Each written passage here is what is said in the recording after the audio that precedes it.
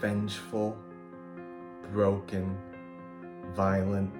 These are just a few of the words that describe Wayne Bailey, the father of the Kershk family and potentially the most brutal Ghostface of all time. Hello Scream Geeks, today we're going to be taking a look at Wayne Bailey and see what made him put on the mask.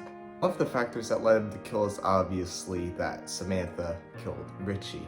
I mean, I'm not a father because, I'm a teenager, but I can imagine that if you lost your son, someone you raised from the moment they were born, that would have a pretty big mental toll on you. And you can see his pain reflected in this scene right here.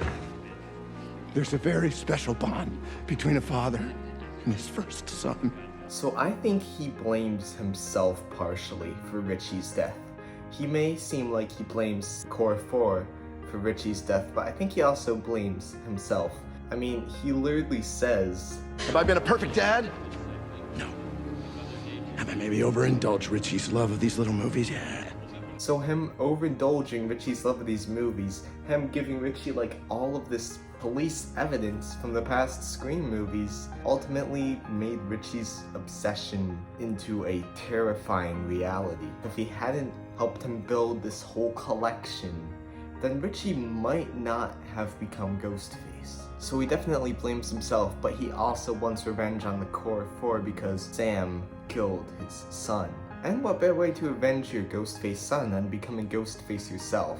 Now this is the part where Wayne sort of becomes an even worse father than he already is. Because he has two other kids, right? Quinn and Ethan. And he manipulates both of them into becoming Ghostface. I think he gives Ethan the illusion that Ethan will be his new favorite child, because, I mean, Ethan looked angry when Wayne said that there's a very special bond between a father and his first son.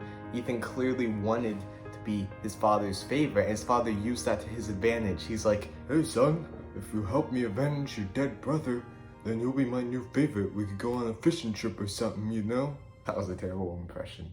And I don't think Quinn was really hard to convince to go on the killing spree, because she seemed more sort of keen on harming people and scaring people than Ethan did.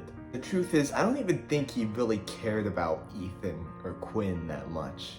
Now, literally, after he sees Quinn get shot, he just looks shocked, and then he immediately recovers and charges at Sam. Well, because Sam charges at him, but still. After Ethan got stabbed like 5 times, he still made his son get up, go try and kill Tara, even though he was severely injured at that point. So he definitely doesn't care about his other children. All he cares about is avenging Richie. That is his main goal. He is completely blinded by his desire for vengeance. But then he ultimately loses, as he is stabbed roughly 32 times by Samantha Carpenter, and then gets a knife shoved through his face, which I don't think I'm allowed to show on YouTube. So I hope you all have enjoyed this episode very much. The next episode is going to be the final episode, well, at least for now, until like Scream 7 comes out. And it's gonna be on, you guessed it, Samantha Carpenter. It's gonna be an interesting one.